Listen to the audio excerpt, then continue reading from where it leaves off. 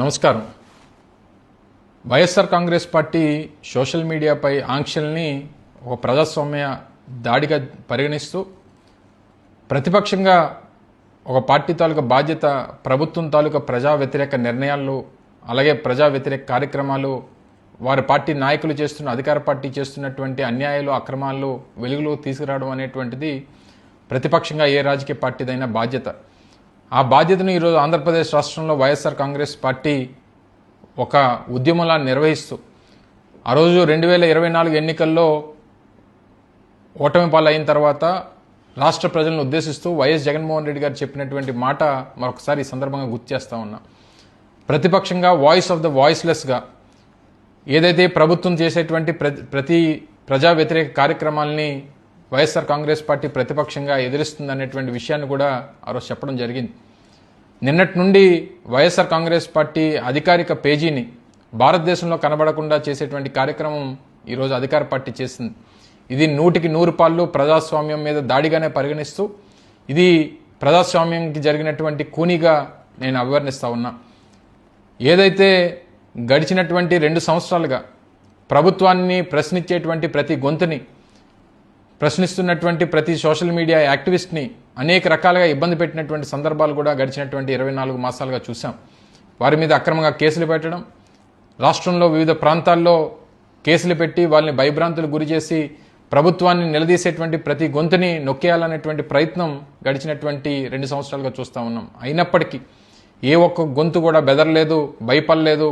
తప్పకుండా ప్రజల పక్షాన నిలబడతాం, వైఎస్ఆర్ కాంగ్రెస్ పార్టీకి అండగా నిలబడుతూ ప్రజల పక్షాన పోరాటం చేస్తామనేటువంటి ఒక ధైర్యాన్ని చూపించినటువంటి సందర్భాలు కూడా చూసాం. ఇవన్నీ తట్టుకోలేక ఎక్కడ మనం చేస్తున్నటువంటి తప్పుడు కార్యక్రమాల్ని, మనం ప్రజా వ్యతిరేక నిర్ణయాల్ని మనల్ని వైఎస్ఆర్ కాంగ్రెస్ పార్టీ ప్రశ్నిస్తుందనేటువంటి భయంతో ఈరోజు ఈ కార్యక్రమాన్ని కూడా ప్రభుత్వం ముందుకెళ్ళి చివరికి రిపోర్ట్ చేసి పార్టీ పేజీని కూడా తొలగించేటువంటి కార్యక్రమం చాలా దౌర్భాగ్యం అని చెప్పి భావిస్తూ ఉన్నాం.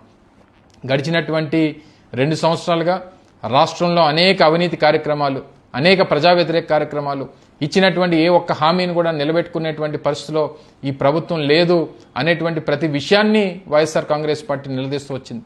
నిన్న జరిగినటువంటి ర్యాలీలు కూడా వెన్నుపోటుకు 2 ఏళ్ల పేరిట జరిగినటువంటి ర్యాలీల్లో కూడా లక్షలాది మంది ప్రజలు పాల్గొని ఈ ప్రభుత్వం మీద ఉన్నటువంటి వ్యతిరేకతను కూడా చూసి ఓర్వలేక ఈరోజు చివరికి సోషల్ మీడియా మీద కూడా ఆంక్షలు విధిస్తే వీరికి ఎవరికి కూడా కలిసి రారు అనేటువంటి ఒక దుర్బుద్ధితో చేసినటువంటి కార్యక్రమం. నీకున్నటువంటి డజన్ ఎల్లో మీడియా ఛానల్సో లేదా నువ్వు చెప్పినటువంటి తప్పుడు రాతలు రాసేటువంటి పత్రికలో ఉన్నంత మాత్రాన ఇవే జరిగిపోతుంది, మేము లేనిది ఉన్నట్టుగా ఉన్నది లేనట్టుగా చూపించేటువంటి ప్రయత్నం చంద్రబాబు నాయుడు గారు వారి టీము చేయొచ్చేమో కానీ తప్పకుండా సోషల్ మీడియా మరింత ఉధృతంగా పోరాటం చేస్తుంది.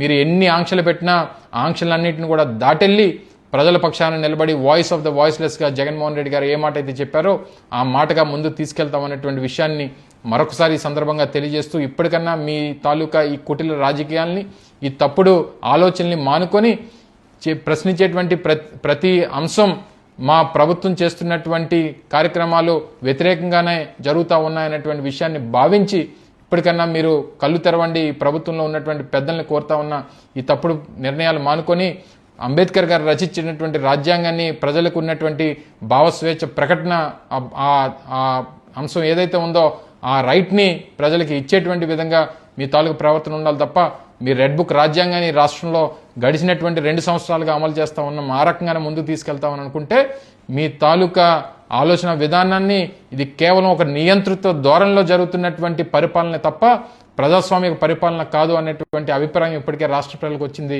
అందుకనే పెద్ద ఎత్తున ఈ వ్యతిరేకత మీరు ఈ 2 సంవత్సరాలను మూటగట్టుకున్నారనేటువంటి విషయాన్ని ఇప్పటికన్నా ఆలోచన చేయమని చెప్పి ఈ ప్రభుత్వానికి తెలియజేస్తూ ఇప్పటికన్నా మీరు చేసినటువంటి తప్పుడు కార్యక్రమాలని వెనక్కి తీసుకోమని చెప్పి ఈ సందర్భంగా వైఎస్ఆర్ కాంగ్రెస్ పార్టీ తరఫున డిమాండ్ చేస్తా ఉన్నా. ధన్యవాదాలు.